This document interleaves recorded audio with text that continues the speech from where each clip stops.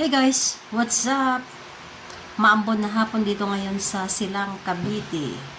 Kauwi ko lang guys. At alam nyo ba, mayroon akong maraming prutas.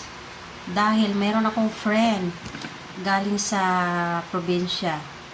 Ayan, binigyan niya ako. Tapos mayroon ding content creator dito sa area namin.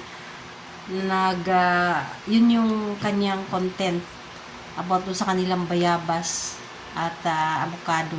Yun, nag-comment ako doon at nabigyan ho tayo. Ito yun guys, papakita. Ayan, ako'y madaming daming prutas. Ayan, bayabas, apple. Ang iba naman yan galing sa probinsya. Ayan, may saging tayo. Ayan, maganda talaga pag marami tayong friend.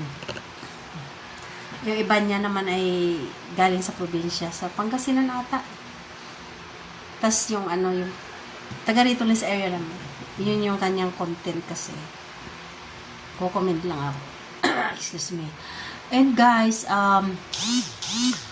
mayroon akong nalalaman lang na about pala guys sa content monetization tools. Pag halimbawa po mapadalhan po tayo ng about po pala sa content hello guys,